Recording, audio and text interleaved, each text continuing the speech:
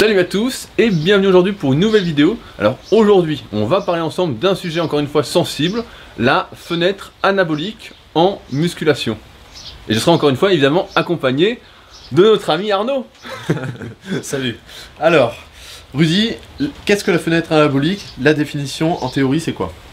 En théorie, ça dit qu'après l'entraînement, après un effort, vous êtes plus sensible à l'assimilation des nutriments pendant une certaine période et qu'il ne faut surtout pas louper cet intervalle de temps, sans quoi vous allez moins progresser à l'entraînement. Intervalle de temps qui intervient quand? En général, la théorie dit que c'est entre 0 et 30 minutes après l'entraînement.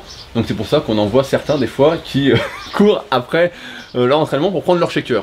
D'accord, donc oui, c'est comme ça que font les pratiquants. Pour en profiter, ils prennent un shaker de quoi? Normalement, on prend un shaker de whey, donc de protéines à assimilation rapide, accompagné de glucides à fort index glycémique.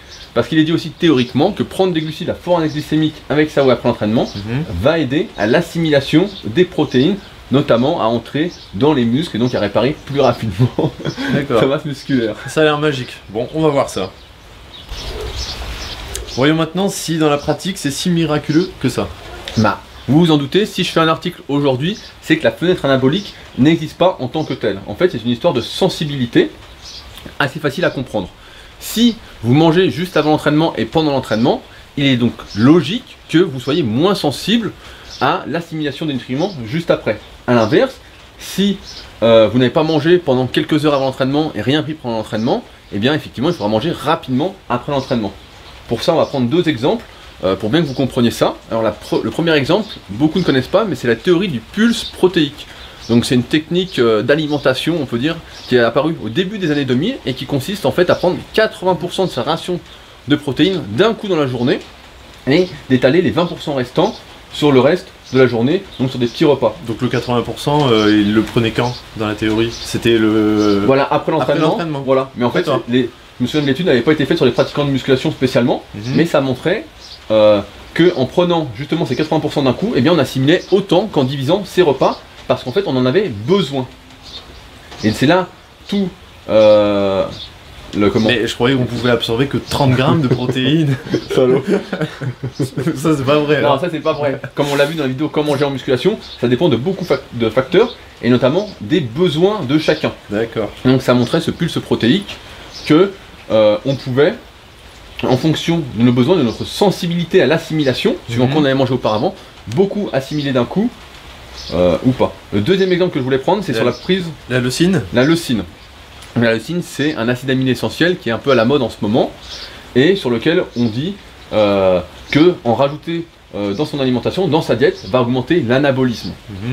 Alors c'est très simple à comprendre, c'est que c'est pas 5 grammes de leucine qui vont changer quoi que ce soit si vous mangez suffisamment de protéines, sachant que comme je viens de le dire, c'est un acide aminé essentiel que vous allez retrouver dans tous les aliments de sources protéiques que vous consommez, la viande, les œufs, etc.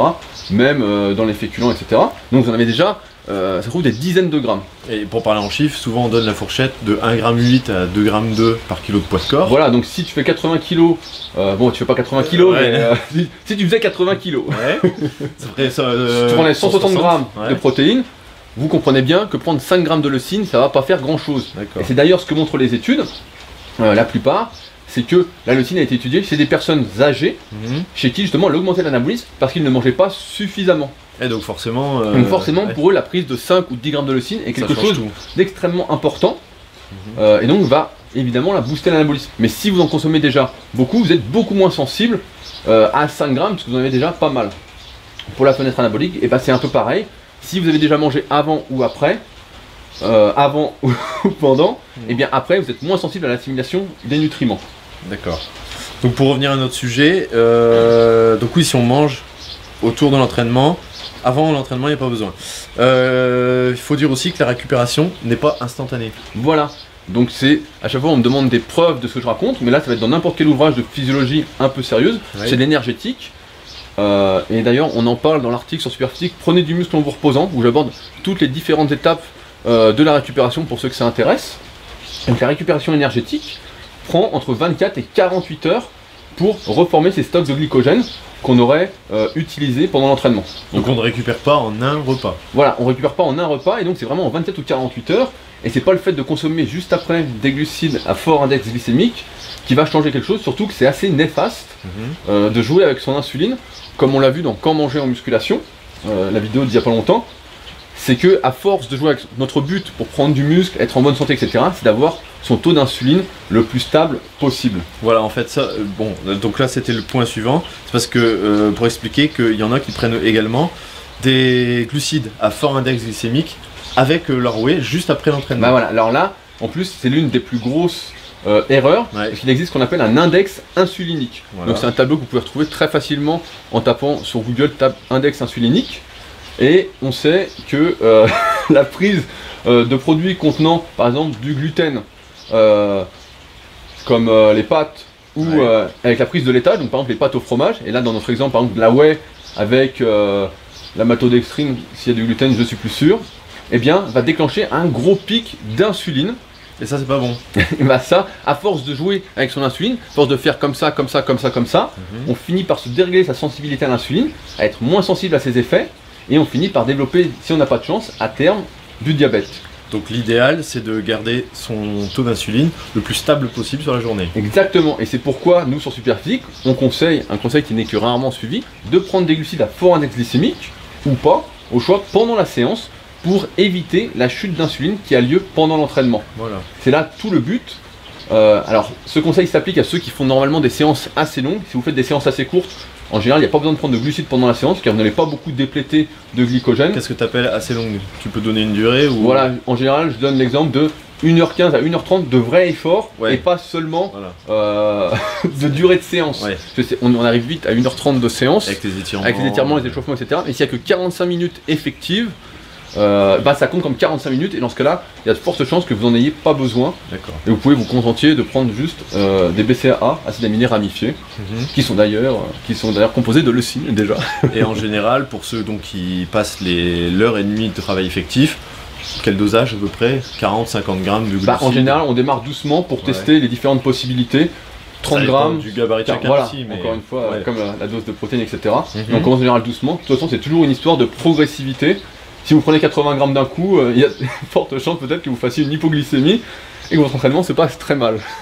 Donc autant la prise de whey juste après l'entraînement, c'est pas dangereux en soi, mais ça va servir à rien. Là, ça va servir à rien si tu as pris quelque chose pendant l'entraînement et que tu as mangé juste avant, Voilà. parce qu'en fait, tu n'as pas besoin. Donc je veux dire, c'est pas dramatique de le faire en soi, c'est juste que c'est stupide entre guillemets. Par contre, les glucides, là par contre, il faut pas faire ça. Surtout à moyen terme. Surtout à fort index glycémique. En fait, Voilà. Là, par contre, quoi qu'il arrive, il faut éviter un maximum les glucides à fort index glycémique, notamment pour sa santé, comme on vient de l'expliquer, pour éviter de faire joujou sans arrêt. Et en plus, il y a de fortes chances de faire du gras avec ça, en le prenant Forcément, parce que l'insuline, comme on l'a vu encore une fois dans l'article Quand manger en musculation, est une hormone anabolisante en quelque sorte. Et anabolique, ça ne veut pas dire seulement pour les muscles, mais aussi pour le tissu graisseux. Ouais, exact. Et donc l'insuline, plus elle monte, plus elle fait le yo-yo, et plus on a de facilité à faire du gras, et de facilité à ne pas en perdre au régime. Donc on voit bien encore une fois que la sélection des aliments, on y reviendra dans un futur article justement, est extrêmement importante pour déterminer le physique que l'on va avoir. Donc je me permets une précision aussi, on parle des glucides en poudre là, enfin tu parles des glucides en poudre, mais ça s'applique aussi à tous les glucides. Par exemple, on va pas se taper 5 galettes de riz soufflé juste après l'entraînement. Parce que je vois beaucoup ça, c'est à la mode, et ce serait tout aussi catastrophique. Bah ce serait tout à fait pareil. En fait, il faut prendre juste le tableau de l'index glycémique, et vous regardez, en général quand c'est un index glycémique de plus de 50-55, ça commence à être assez élevé, donc essayez de l'éviter. Ouais, ah bah, je crois que les galettes de riz c'est beaucoup plus que ça. Ouais, je pense aussi. Donc pour résumer ce qu'il faut faire, chacun a sa propre diète, il faut l'adapter, c'est ça. Voilà, bah après c'est comme d'habitude, c'est une histoire de personnalisation, de compromis. On l'a vu, de toute façon, comment manger en fonction de ses contraintes, des différents facteurs qui font qu'on peut manger à telle ou telle heure. Donc il n'y a pas de fenêtre anabolique au sens strict du terme. Et d'ailleurs, pour revenir sur un point j'ai pas développé, il n'y a aucunement besoin de prendre des glucides à fort index glycémique après l'entraînement pour assimiler plus facilement ces protéines, parce que justement après un effort, on est plus sensible normalement à l'assimilation, donc si on n'a vraiment rien pris avant et pendant, vous avez bien compris, en fait les récepteurs, en quelque sorte, entre guillemets, sont déjà ouverts pour mieux assimiler.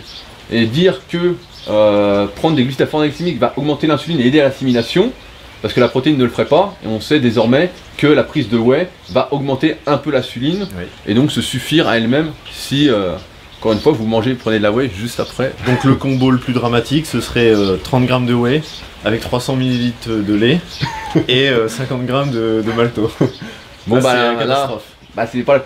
En fait, les gens vont rigoler, etc. Mais comme d'habitude, tous ces effets délétères, néfastes, vont arriver sur le moyen et long terme. À court terme, pendant 1, 2, 3 ans, vous n'avez rien à voir. Ouais, voilà. Et on a d'ailleurs l'exemple de quelqu'un qui s'appelle Olivier, Bodinat sur les réseaux, qui a développé du diabète et qui était adepte de ça pendant des années, des dizaines d'années. Et je pense que c'est pas une surprise, mais malheureusement à l'époque on en savait moins que maintenant. Ouais. Et donc on faisait tout ça, donc c'est encore une fois le pourquoi de la vidéo, vous aider au mieux à ne pas répéter nos erreurs. Bon, ok.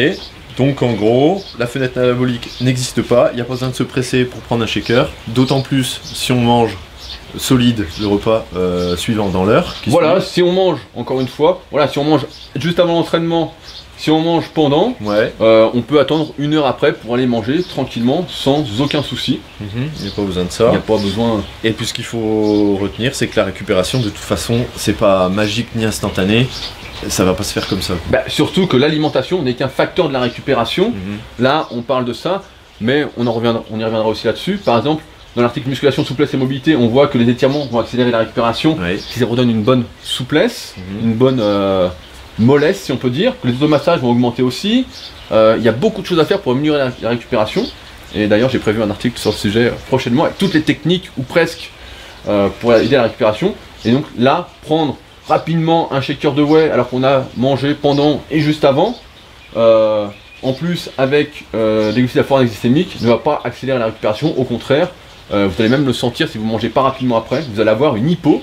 Ça me fait penser que moi, quand j'étais gamin, je prenais justement après l'entraînement du miel avec ma whey, et je prenais le miel à la cuillère comme ça, et c'est vrai que 45 minutes, 1 heure après, bah, j'avais une hypo, j'étais cuit, Voilà. je me souviens. Par contre c'était super bon le miel, je me souviens, mais c'est une erreur, donc j'essaye de ne pas vous faire répéter. D'accord. Donc le mythe de la fenêtre anabolique, ça a certainement été propagé par les fabricants de whey. C'est Ouais. sûrement marketing. Bah, comme d'habitude, voilà. ouais, je pense qu'il n'y a pas grand chose à dire là-dessus. C'est sûr que ça va pas changer grand chose de prendre une protéine à assimilation rapide ou assimilation lente sur votre progression. Ce qui compte encore une fois, c'est d'avoir la quantité nécessaire de protéines en fonction de vos besoins. C'est un global sur la journée. Voilà, c'est un global sur la journée, il n'y a pas de... La whey c'est mieux que la caséine, ou si on Voilà. parle des protéines en poudre. Ce qui compte c'est d'abord de manger correctement des aliments solides, et seulement après de compléter, encore une fois, avec des aliments en poudre liquide. Mais ça, sur les protéines, je l'explique dans la vidéo, tout savoir sur les protéines en poudre, et c'est disponible, encore une fois, sur ma chaîne YouTube. Ok, bah, je pense qu'on a fait le tour. Bon bah super, donc voilà, vous savez tout maintenant. Ah, précision. Je tiens à informer nos auditeurs que nous n'avons pas fait le tour des youtubeurs français pour voir qui avait déjà traité ce sujet. Donc s'il y en a qui se reconnaissent dedans, c'est pur hasard. On ne visait personne en particulier. Personne. Et deuxième chose, s'il rigole tout le temps, c'est juste parce qu'il est heureux de vivre. Donc il se moque pas du tout des pratiquants, des croyants à la fenêtre anabolique. On est d'accord. Bah on essaye surtout d'aider un maximum de personnes à progresser Voilà. en luttant contre les idées reçues. Donc c'est ma spécialité, si on peut dire, de me renseigner, de m'informer, pour faire déjà au mieux pour moi, au mieux pour mes élèves, et au mieux pour vous aider à devenir un meilleur soi chaque jour. Car c'est le but qu'on s'est fixé avec ces vidéos et ces articles. Ok, Sur ce, bah, salut à tous, et à bientôt pour une nouvelle vidéo. bon entraînement.